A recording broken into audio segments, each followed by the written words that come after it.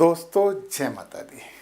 शनि महाराज की कुंभ लग्न और इसके लिए शनि का कारकत्व जन्म के साथ आपकी कुंडली में शनि महाराज आपके लिए क्या संकेत और सूचना लेकर आए हैं, जिसे समझकर और सुनकर आप अपने कर्म क्षेत्र में सफल हो सके, उसकी चर्चा हम करने वाले हैं। कर्म के देवता हैं और केवल कर्म से ही सुधरते हैं। तो चलिए कुंभ लग्न के लिए बात करें तो आपकी कुंडली में आपके लग्न और 12वें भाव के कारक बनते हैं शनि। कौन से नक्षत्र में है, कौन से भाव में है, इसकी भी चर्चा हम जरूर करेंगे। परंतु सबसे पहले तो जो आपको गोचरी व्यवस्था संकेत दे रही है वो ध्यान से सुन लीजिए। शनि महाराज आपके 12वें घर को नियंत्रित किए हुए हैं। ये 12वां घर डराया जाता है इसके बारे में, ये अध्यात्म का भी घर है, ये हॉस्पिटल का घर है, ये सैया सुख का घर भी है, ये विदेश का भी घर है, खर्चों का घर है।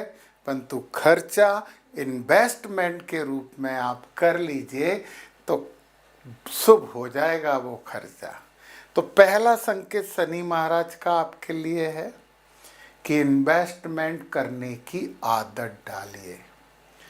अब हॉस्पिटल का भी घर है, हॉस्पिटल का घर है तो शनि महाराज ये आपसे चाह रहे हैं कि कम से कम महीने में एक दिन, विशेषकर शनिवार को ही हॉस्पिटल जाइए और मरीजों की, रोगियों की थोड़ी सी सेवा शुश्रूषा करिए या फिर उन्हें कुछ दान दीजिए, उनकी कुछ सहायता कर दीजिए। ये शनि महाराज कहना चाह रहे हैं, आपको संकेत दे रहे हैं कि यदि आप विदेश से जुड़कर कोई काम करते हैं तो मैं सफल करूंगा, ये शनि महाराज कह रहे हैं।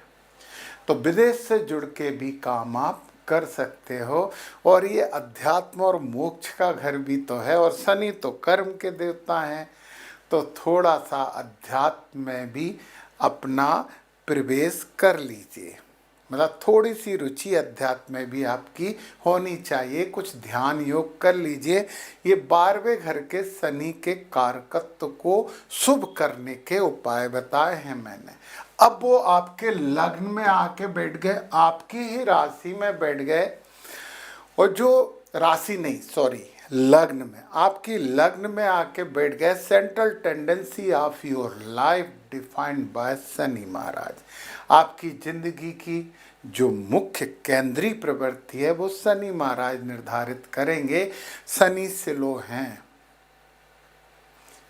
तो ध्यान रखिए कि थोड़ी सी जो डिले करने की आदत है, काम को टालने की आदत है, उससे बाज आ जाए, नहीं तो सफलता डिले होगी तो जरूर।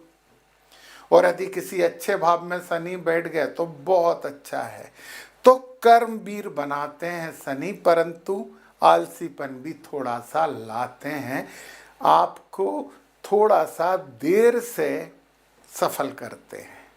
परंतु शनि कहते हैं कि आप शिव की आराधना करिए, आप ज़रूरतमंदों की सेवा करिए, बुजुर्गों से आशीर्वाद लीजिए और दिव्यांगों की कुछ ना कुछ तरीके से हेल्प करते रहिए। तो ये शनि आपके शनि हैं। अब शनि महाराज आपकी कुंडली में कौन से नक्षत्र में बैठे हैं? यदि अश्विनी, मघा और मूल नक्षत्र में बैठे हैं तो शनि महाराज का संकेत ये है कि गूढ़ विद्याएं और स्वास्थ्य से रिलेटेड काम करिए। 12वां घर हॉस्पिटल का घर है और डॉक्टर बन गए तो पूरे टाइम हॉस्पिटल में ही रहना है ना। केतु के नक्षत्र में तो सर्जन बनते हैं, इंजेक्शन लगाने वाले बनते हैं।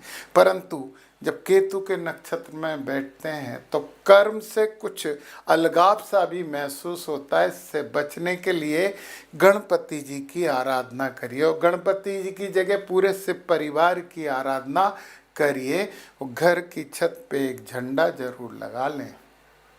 अश्विनी नक्षत्र में शनि है तो डॉक्टर बन जाना। मघा नक्षत्र में है तो पितरों का आप पे आशीर्वाद है, पितरों की सेवा करते रहना।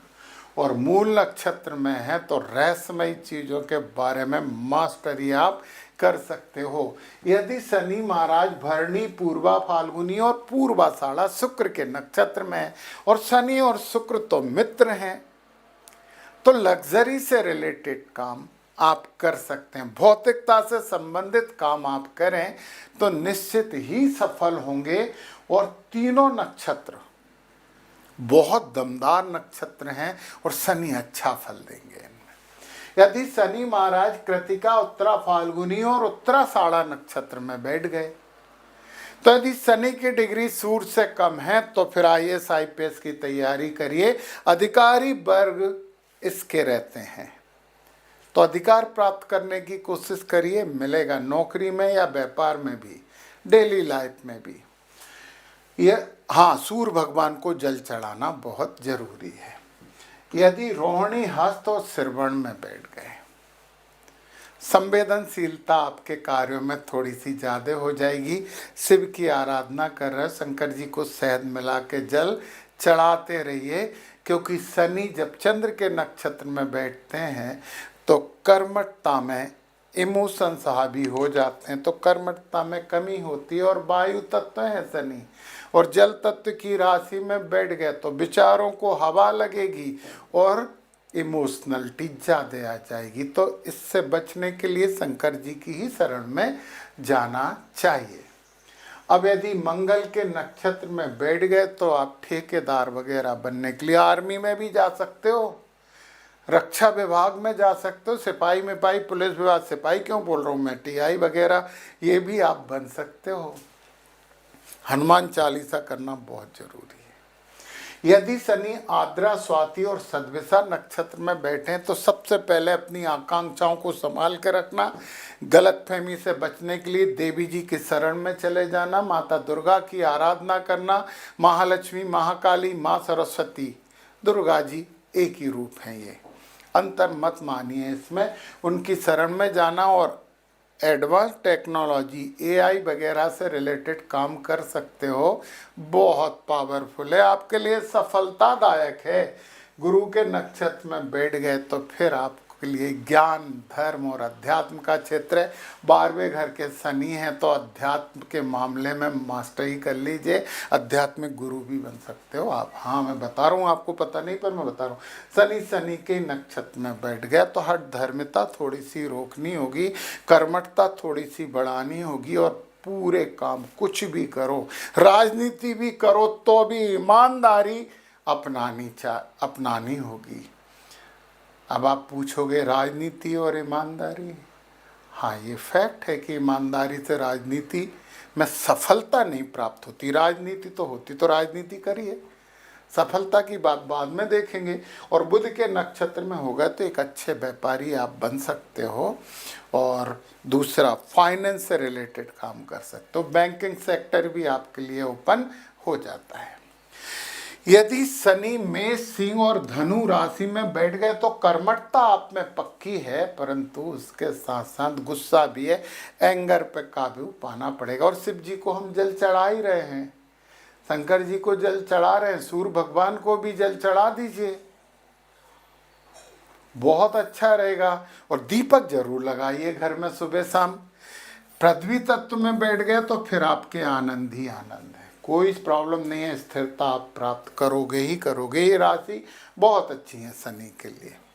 यदि इन राशियों में भी बैठ गए तो भी आपका कम्युनिकेशन स्किल बहुत अच्छी होगी, वाणी से, बोल के, सोशल नेटवर्किंग से और छोटी छोटी यात्राओं से आपको लाभ होगा ही होगा। परंतु विचारों में तेजी से परिवर्तन होंगे, क्रमिक परिवर्तन होंगे, परिवर्तन ऊपर नीचे ऐसे होगा। यदि जल तत्व की राशि में बैठ गए शनि तो ये थोड़ी ज्यादा समस्या वाली हैं, संवेदनशीलता बहुत बढ़ जाएगी, बिला वजह दुख भी महसूस करते हो। तो हम बोले बाबा के शरण में हैं यार, रहिए शरण में, कुछ तो अच्छा करेंगे वो। तो नक्षत्रों की मैंने बात की, आपको नक्षत्रों को और डिटेल से समझना, अपना ज्ञान बढ़ाना, ज़िंदगी की दिशा प्राप्त करना। नीचे डिस्क्रिप्शन में मेरे ऐप की लिंक है, डाउनलोड करके कुछ अच्छा कर लीजिए, कुछ ज्ञान बढ़ा लीजिए। जय माता दी।